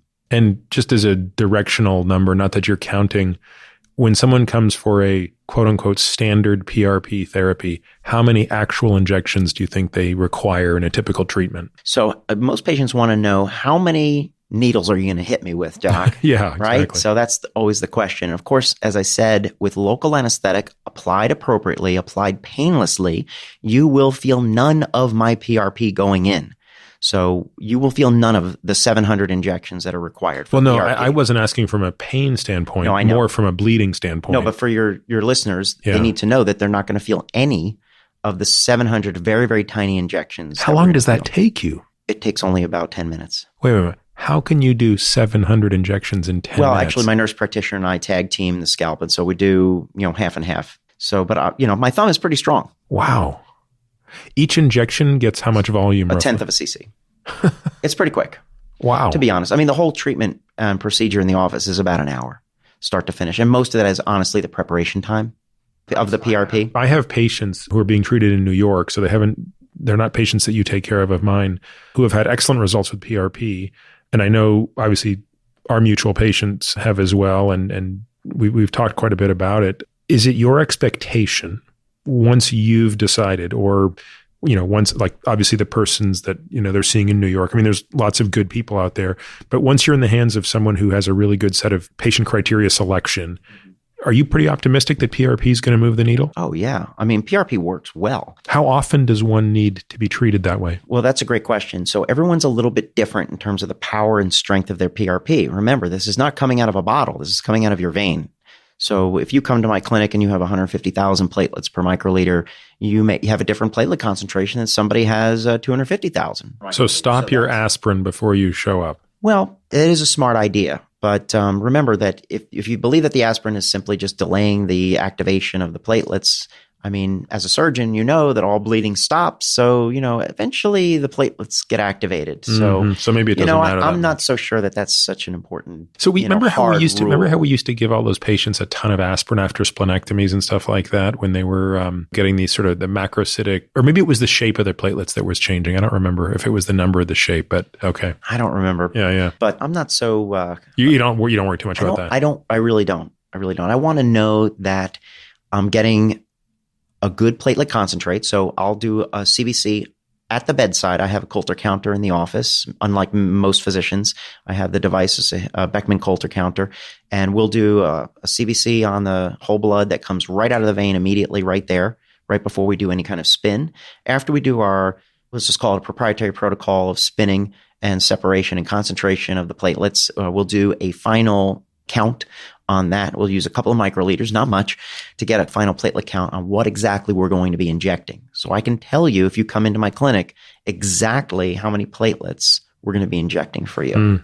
And I think that over the years, having done about 4,000 PRP injections, I feel like we have a very, very good handle on how platelet count affects the outcome. So we're working on that data right now. Wow, something as simple as someone shows up with 150,000 versus 400,000, presumably the more that they show up with, the better. Yes. And there's some good journal articles that describe the effect of platelet concentrate on these biologic processes that we're interested in. So physiologically, we know that there's a dose curve. As you increase the concentration of platelets, for example, on neovascularization, there is a dose-dependent upward curve on that. So the higher the platelet concentration, the more neovascularization you're going to get. Now, there's a biphasic dose curve on stem cell mobilization. So as you go up on the number of platelet concentrates, there's a kind of a sweet spot that occurs. And then if you go over that amount, then it starts to dip downwards. So what exactly is that concentration in both of those studies that I just said? What is that concentration supposed to be? And according to that data, it says somewhere between 1.4, 1.5 million platelets per microliter is where that sweet spot exists. And what we're trying to show in the office is that correlates also at the bedside to the clinical response. And I mean, I assume you're gathering those data. You've done 4,000 of these, so you have your own prospective series? Yes. So what I can tell you is that I think that there's a strong correlation between the amount of platelets that you come to the table with and the amount that we can concentrate. So obviously we have to maybe make some adjustments in our protocol if you are kind of low on platelets. But, again, there's some other things that we may not necessarily be taking into account. Everybody has a different size and shape of platelets. So let's say your platelets are low, but they're very big. We don't know what exactly do those platelets contain. But again, there's some data in the clinical literature where we can correlate growth factor concentrations with platelet counts pretty well. This sounds to me like it's something that's still in its infancy where... It is, absolutely. I mean, that sounds like the crudest of all metrics, and it's probably an oversimplification for what's really going on. And, hopefully in 10 years, you have a different assay than just something as blunt as the CBC, right? You can measure some cytokine or you can measure some other functional property of the platelet. Correct. That probably matters a heck of a lot more than the number. Right. I mean, look, eventually maybe there'll be a bedside PCR where we can figure out exactly what exactly those growth factors are that are doing their job, inside. But the other thing that I've learned over the years of doing those thousands and thousands of PRP treatments for nearly 10 years is the importance of the white blood cells. So the monocytes are a very, very important component. I think they're underappreciated in not only in the literature in terms of what they do in the body, but especially in PRP. And I'm a very strong proponent of the importance of monocytes in the final PRP. And we say that our PRP is monocyte rich. And I don't think that that's really a term that's caught on yet, but I think that it will. And monocyte rich PRP. Wait, so you can, obviously it's easy to pull the platelets out, but when you're looking at leukocytes versus monocytes versus eosinophils, you have a sensitive enough centrifuge to get that band? So the way that we've been able to do that is through a dual spin process. So the dual spin process, for lack of a better way to explain it, the first spin is kind of a gentle spin to take off the red blood cells. We don't want red blood cells in our PRP. Red blood cells in the skin are extremely inflammatory. When those red blood cells lyse, the heme is extremely inflammatory, and there's a lot of makes sense. Yeah, the iron would be devastating. It's really bad. So we don't want that in the skin if we can avoid it. So I prefer to have PRP that has less than 1% hematocrit.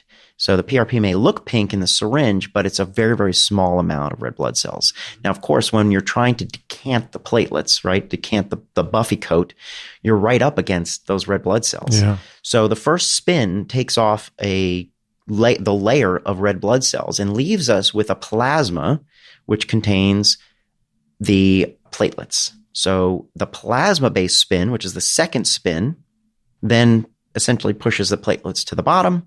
So we've captured this maximum number of platelets. We can take off the platelet poor plasma to as much as we would like, leaving us with then a reconstituted amount of whatever we choose, concentration and volume of PRP. So that process, that dual spin process, and I haven't found another one that has been able to duplicate this, consistently removes the red blood cells, consistently gives me a very high concentrate of platelets, and consistently gives me this bump or boost in monocytes. And remind me, about how many tubes of blood are you actually drawing out for the full treatment? We take 60 cc's on the treatment. Okay. So 60 cc's concentrates down to about 7.5 cc's of PRP. Wow. That's incredible. And how many hours does it take? What do you mean? It takes... From the time you do that first prick of blood until you're injecting? Less than an hour. They're walking out the door in an hour.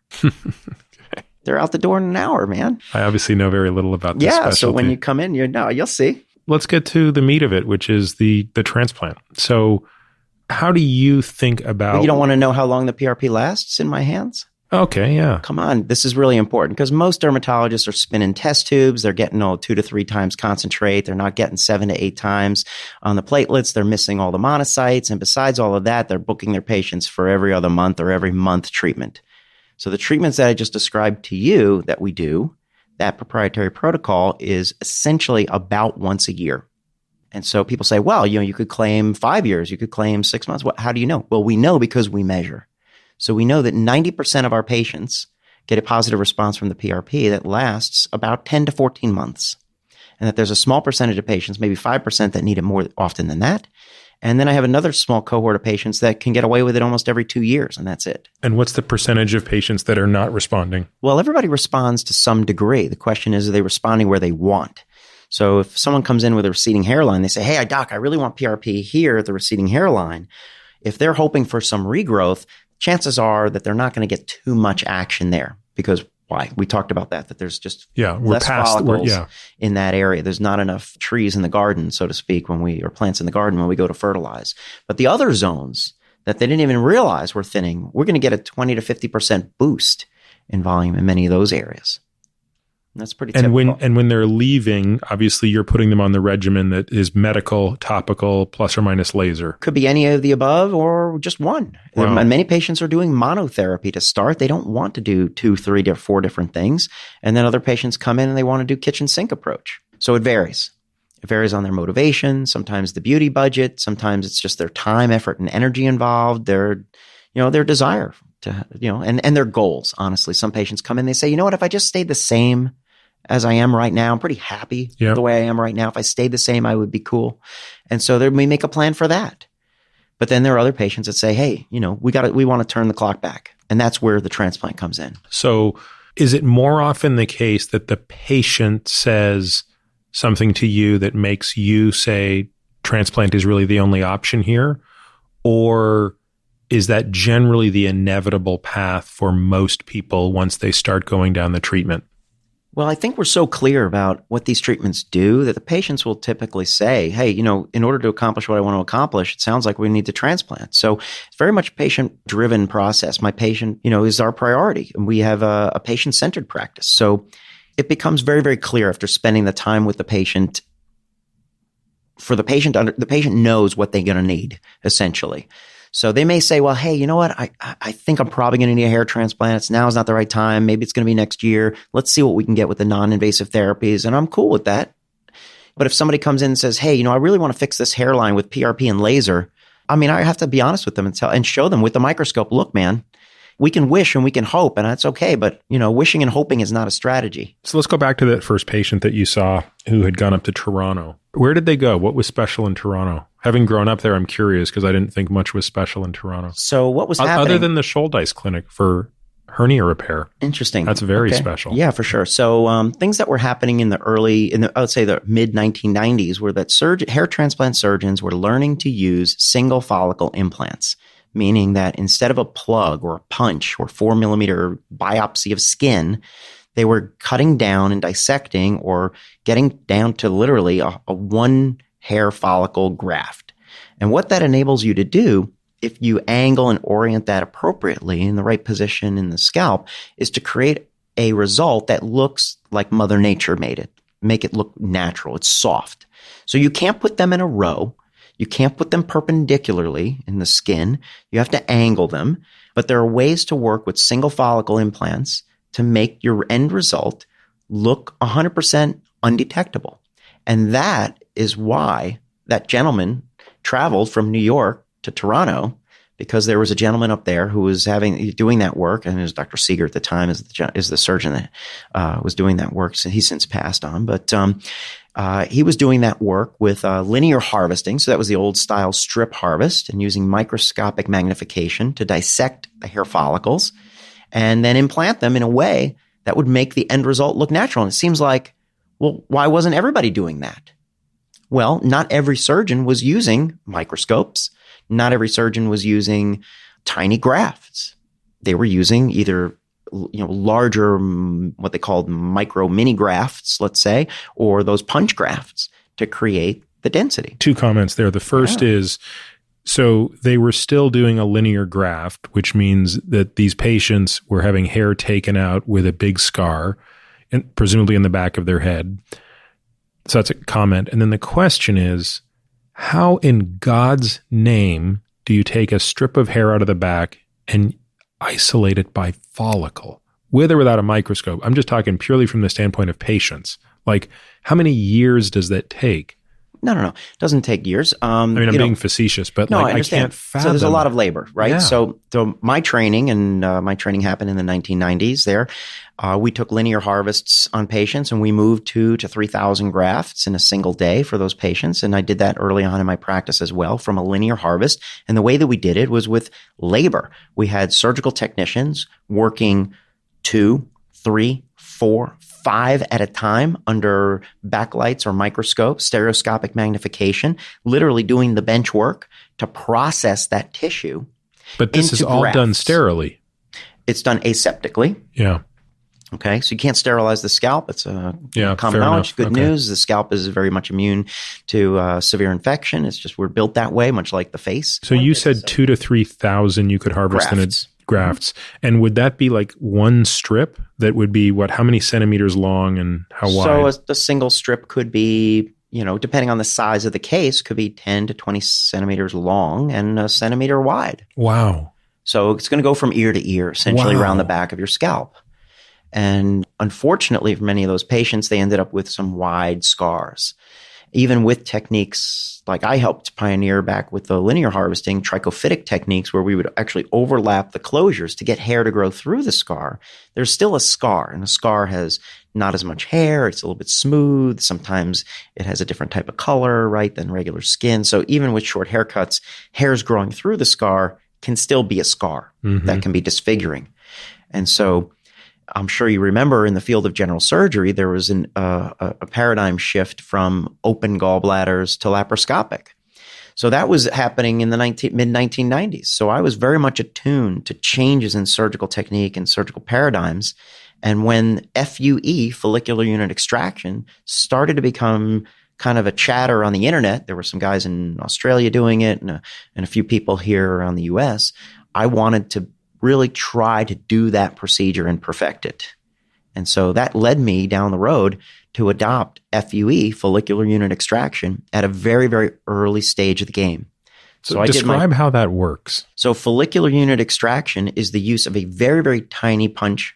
Let's call it about 1 millimeter. In the early days, we used disposable punches that were sharp, that were used for punch biopsies, but these were very, very small items, smaller than the tip of a ballpoint pen, typically, to harvest the individual follicular units. So those are the groups of 1, 2, or 3 hairs each out of the scalp. So the graft comes out of the scalp basically ready and without a scalpel and without stitches. Now, in the early days, it was very difficult. I designed the first manual hand-turned instrument available to physicians to be able to do this procedure. It was called the Bauman Mindex. And we were doing these procedures in a very, very slow way. They weren't very efficient. They weren't very accurate. But what we learned through many, many years of time on tissue, applying this kind of technique, eventually we got to a point where it became a viable procedure. And is the harvest scar such that it doesn't even require a closure, or do you still need a stitch? No, it's less than 1 millimeter. It closes up 50% in 24 hours, and the skin is totally clean within another day or two. Really, the only thing that you would see, like on a shaved scalp, is if you had think of the head of hair like a 5 o'clock shadow, is that you would see a little bit less shadow in those areas. There's no visible linear scar. So now you could move a lot of hair and not leave someone with a disfiguring scar in the back of their scalp. It gives them much more flexibility in hair styling. Is it safe to say today that nobody is still doing large scars? Because even if I open up the magazines on the airplanes, I feel like once it's in the airplane magazine, it's no longer Inside Baseball. They have the picture of the guy standing, like you're looking at 2 guys from ahead behind, and there's the scar and there's the no scar. Is it safe to say like no one is having that type of a harvest any longer? No, it's actually not true at all. Many of the large national clinics that you see on late night infomercials still do linear harvesting. And many of my colleagues here in the US still prefer to do a linear harvest than FUE. So I want you to play skeptic, devil's advocate for a moment. Why are they still doing it? What are they saying is better about that approach than the approach you just described of single follicular extraction? Well, probably some surgeons that are kind of stubborn. Yeah, but I'd like to think that in something where aesthetics play such a role, it seems like kind of a no-brainer. There must be some other explanation other than, like, put it this way. If I'm a patient and I'm going to see somebody who's about to do a huge linear scar on my scalp, and I say to that person, why are you still doing it this way when the pictures in the airplane magazine say I should not have a scar? They're going to say, oh, well, we get a lot more hair this way. It's a lot more efficient. I don't have to buy any expensive equipment to do this. I don't have to learn any new skills. It seems like it's much less efficient because, well, I guess it depends how you define efficiency. You have more hands involved, but presumably it can take less time. Is that what they mean by more efficient? It definitely would take less time. If you're doing a 3,000, 4,000 graft procedure in your office with a strip and you have enough staff, that could be much quicker than an FUE procedure for sure. So if you had a patient and you were, I don't know if you'd do this, but if you were going to dedicate the entire day to that patient, like it was a one, quote unquote, a big case of the day, how many follicular units Grafts. can you harvest and implant? So we've done very, very large cases all in a single day. But today we would really prefer to do anything over 2,000 grafts in 2 consecutive days. We find it a lot more comfortable for the patient. It's a lot more comfortable in the office for the staff, and our harvest rates and our harvest quality is much, much more improved than trying to do a marathon, into the evening type of session. So most of our patients, if they're going to do a large maximum as much as possible procedure, they're going to get, let's call it around 3,500 to 4,000 grafts over 2 days. And that's with a wide shave all the way around, provided that they have the hair to do it. And there are exceptions. I mean, we've done 5,000 grafts on some guys, and, sometimes we try to get 3,000 and we just can't even do it. What is the greatest number of grafts you've implanted on a patient? And I'll ask it 2 ways. 1, harvesting only from their head, and 2, harvesting from other sites on the body, which I'd never even heard of until you mentioned this a couple, maybe 6 months ago. We were talking about this, and you mentioned that in one of these patients, you'd actually harvested something from his beard. Oh, yeah. We actually do quite a bit of beard harvesting these days. Many of our patients have old style scar tissue from either procedures that I did back in the early days, in the early 2000s when we were still doing half of our work with the linear harvest technique, and I'm not afraid to correct those cases and to, update those cases into the latest and greatest possible situation that they could have. So top numbers. Well, my dad comes to mind. He had almost 8,000 grafts. He was totally bald before we started. Most guys who are totally bald up the top, meaning that they only have the hair around the sides and the back, most of them will need somewhere around 6,000 to 9,000 grafts to kind of fill up the zones. And do you have, if someone is that bald, do they have enough donor site on the remainder hair? Most of the time, if they've never been harvested, they do. But if they've had some less efficient harvesting techniques, then we may have to go to other places, as you say, alternative sources of donor like the beard or the body hair to satisfy that. And I've never really thought about it, but my beard hair, actually it seems about the same thickness as my hair, but I don't know. Is beard hair thicker than hair? Yes, usually it is, but everybody's different. So some people have thicker beard hair than their scalp. Some people have thinner beard hair than their scalp. Some people have curlier, coarser hair on their beard. It seems to be most common. So we're not going to put your beard at the frontal hairline typically. It's going to be used as filler. It's filler in the back, yeah. Yeah, and it works really and well. It body hair seems much less thick and robust than scalp hair, right? Again, everybody's different. I mean, if you are a person with very, very thin, fine hair on your scalp, you may find that the other hair, body hair, is a better, thicker, coarser caliber. But the problem is, and this is just a general idea, that as you get farther away from the scalp, the follicles spend less time in the growing phase. So again, we're going back to this anagen, catagen, telogen issue. Sure. The body hair doesn't really grow. I mean, So it spends less time in anagen, but it also, out of, let's say, 10 follicles from the body, the chest, maybe only 5 of them are growing at any given time. So it's kind of like hiring part-time workers in your factory. You've hired 10 people, but only 5 of them are showing up a day.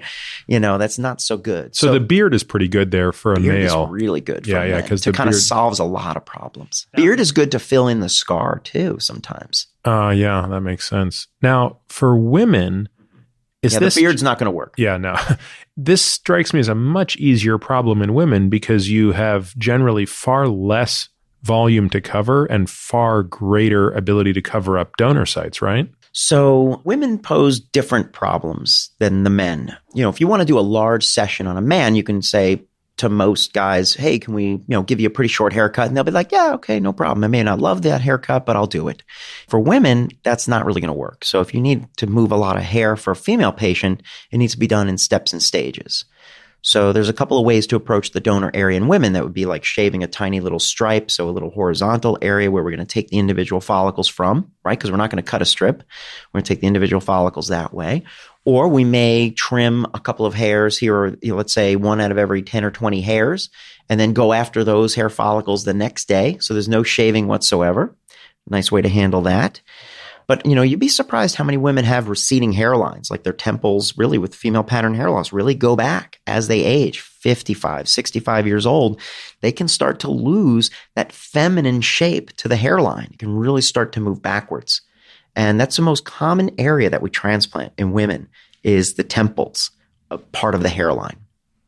A lot of women want to move their hairline. They're not happy with the size and the shape of their forehead. They want a hairline lowering procedure that doesn't involve cutting with a scalpel or stitches or a prolonged recovery or risk of invasive surgery. And it's very easy to do transplantation to fix a high hairline and to bring the hairline down into what Da Vinci would call the golden ratio, which is 1/3, 1/3, 1/3. So what are the biggest risks of this procedure besides the obvious risks that we talk about in every surgery, bleeding, infection, et cetera? Or, is there anything that is unique to this surgical procedure as far as a risk? Sure. Well, bleeding and infection are extremely rare, thank goodness. Even though we're making thousands of little tiny sites in the scalp, not only the harvesting and implantation part, it's a privileged bleeding is site. not an issue. Bleeding is not an issue. I mean, just like if you cut yourself shaving or you got a paper cut, in 20, 30 seconds, you stop.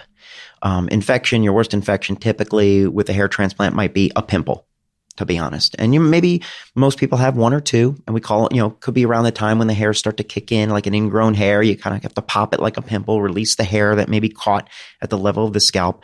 And it's pretty rare, maybe like, 1 out of every 20 or 30 patients that has more than, a half a dozen pimples or something where it needs something more significant in terms of wound care to kind of release those hair follicles. Maybe they have curly hair or something like that.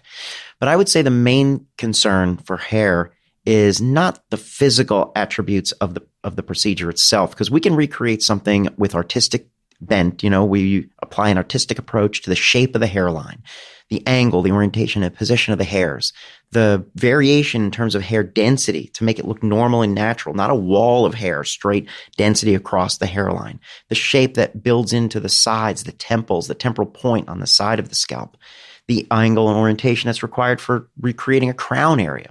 But really the risk comes to that you're simply not happy with the result. And so again, it all comes down to the consultation process. What exactly are you expecting out of this procedure? And have we gone over exactly what we believe we can achieve? Because if I tell you you're going to be a 10 out of 10, and the reality is that it's going to always be a 5 out of 10, then I've promised you the wrong thing, and you will be forever unhappy with that.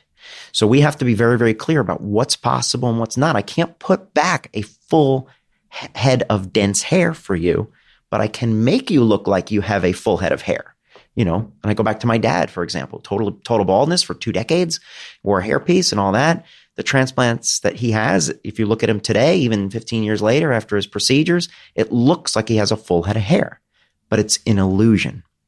It looks like he's got full coverage. You see the frame of his face. You see that Da Vinci golden ratio. He looks 20 years younger than when he had his procedure, but he never will have that density that he had as a teenager until we can figure out how to clone these babies. That makes a lot of sense. And I guess that as your practice continues to grow, one of the greatest things that each patient is providing as a gift to a subsequent patient is a before and after photo that gives you a bigger and bigger database to show patients more closely, I suspect, what they can expect based on where they are. Because you've got just a greater basis from which you can say, look, I've got 27 patients who look almost identical to what you looked like. Here's the range of outcomes. And if you're not comfortable with that range, you're not going to be a great candidate. Correct. So after 8,000 surgeries, I can tell you with very, very good confidence what's possible and what's not, and what it will take to get there. And if the patient is all in and he's going to protect the existing hair, we know that that's going to add a lot of great benefit to the end result. If he's lackadaisical and he's losing other hair while we're transplanting this area, other areas are being lost, that's going to be a much tougher battle. So it's very much a team approach. And my patients become very much the drivers of the bus, so to speak, because in order to get the best results, there has to be a good amount of buy-in and partnership with what we do and what we recommend. I can tell you what kind of therapies and treatments and such that are going to keep your hair growing strong, but you have to do that work. When you take a hair off the side of the head or the back of the head in an area as a donor hair, and hair that was never going to fall out, yeah, and you put that hair back on the top, is it susceptible to its nature or its nurture? In other words, is it now susceptible to the DHT forces that took out the hair that it's replacing, or does it bring with it its genetic pattern from its donor site? So the whole basis of the field of hair transplant surgery is based on the concept of donor dominance. So that would mean, and again, it's the theory, right, of donor dominance, meaning that the hair follicles from the sides and the back of the scalp, which are virtually immune to the effects of DHT, most guys with a total baldness problem never ever lose that hair, that it will live and grow forever in its new location. There are, I would say, very small numbers of scientific reports that kind of put a dent into that. So in these few and far between cases, we believe that there is some recipient area control. And the way that I would explain that to patients is remember we said how long the follicles stay in the growth phase has a lot to do with where those follicles come from. Well, one of our more prominent researchers and colleagues in the field took a hair follicle from one place on his body and put it into another place and then moved that follicle someplace else and tracked those lengths of time that it's spent in the growing phase. It tracked the anagen, the growth phase. And so what you would expect initially is that wherever you took it from, like let's say the chest, it grew for an inch and that's it. You put it in the back of your arm, it should grow, or back of your hand, it should grow for an inch. Well, it didn't. It grew differently in those different locations. So there is some local effect. So what we do say, and especially true for women, where sometimes they can have a more diffuse hair loss problem, right? Because it's maybe not necessarily all androgen dependent, that we say that those hairs are relatively permanent. Has anyone ever done the experiment where you take a hair and implant it in an area that has zero hair, like the palm or... Of course. Yes. In fact, I did that for someone. Have you ever heard of Naltz from YouTube? No. So Naltz from YouTube is a prankster. I'm sure he wouldn't be upset with me sharing with you and your listeners that he had some hair follicles implanted into the palm of his hand during his last hair transplant procedure. And it grew fine. Wow. So that is, from a pure biology standpoint, that is really amazing. No, it's not. Because listen, the hair follicle is an organ. It's a self-determining organ. If you have a scar, which doesn't make any hair on its own, you can cut that scar. It's going to bleed, right? You throw a hair follicle in there, it will survive. It will grow. It will thrive. It will demand more blood flow. There must be something very unique about parts of our body that don't grow any hair that, I don't know. I guess I mean, look, I don't think about this obviously very much, but it just strikes me as counterintuitive. If this were an exam and you asked me that question, I would guess that if you implanted the most robust hair into an area that otherwise would never grow hair, it wouldn't have the fertile enough soil to promote it. No, anywhere that you have a blood flow, it will grow. Because all it needs is energy. It needs the oxygen. It needs the nutrients. The hair follicle, if you have a non-healing wound on the side of your leg, be a diabetic ulcer, you can implant follicles into that area. And those follicles are so metabolically active that they will actually secrete the growth factors, demand more blood flow, and vascular neogenesis will occur. And wound healing will be accelerated and enhanced by placing hair follicles into that non-healing wound. That's incredible. The hair follicle cell population, the population of cells within the hair follicle are among the most highest metabolically active cell populations in your body. It's one of the reasons why chemotherapy knocks them out, as well as the lining of your gut and your bone marrow, right? I mean, if your gut, your bone, your hair, those are some of the most highly metabolic and metabolically active cell populations that we have. And so they continue to work and grind away to grow on your head. A full head of hair, right? 150,000 hair follicles will produce somewhere around 1,500 feet of hair a day. That's interesting. Did you say how many hairs on the head? So you're born with about 100 to 150,000. And it's amazing that you said you could take someone who is completely bald and through very strategic placement using only 10,000 hairs, say. No, I said 10,000 grafts. Graft could be 2 to 3 hairs. Correct. Got it. Okay.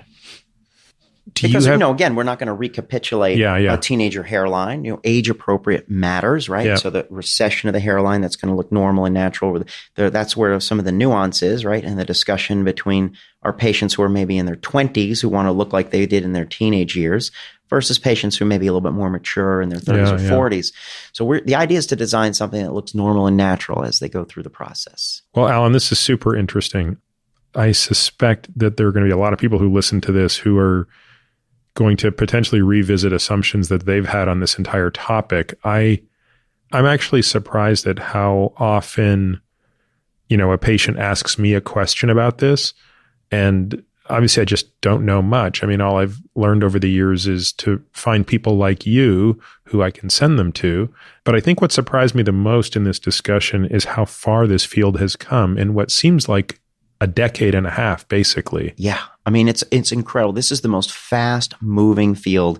I mean, it's incredible how quickly things have changed in hair transplantation from, whether it be linear harvesting to follicular unit extraction to the use of cellular therapy, PRP and other things like low-level laser therapy and compounded medications to attack the hair follicle, and from all sides and all different ways and all different modalities to help our patients really grow better hair and look great and feel great. I mean, that's what it's all about, right? It comes down to the emotion. When you look in the mirror and you see that hairline growing back in, patient after patient, they say, this is amazing. This is a miracle. This is like, I never thought I would see my hairline again. I never thought I'd cover that bald spot except with a hat. I mean, that's the exciting thing that keeps me going every day. Well, Alan, thank you very much. I appreciate the input, and I hope that anyone listening to this who's had some questions about this has got some of those answered. Great. Well, great to be here with you. You can find all of this information and more at peterattiamd.com/podcast. There you'll find the show notes, readings, and links related to this episode. You can also find my blog at peterattiamd.com.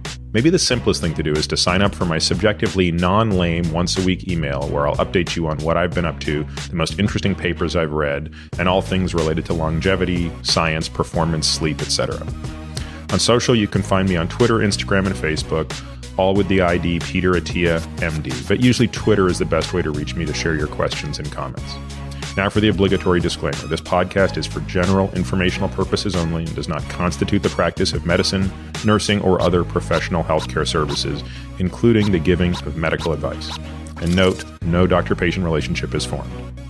The use of this information and the materials linked to the podcast is at the user's own risk. The content of this podcast is not intended to be a substitute for professional medical advice, diagnoses, or treatment.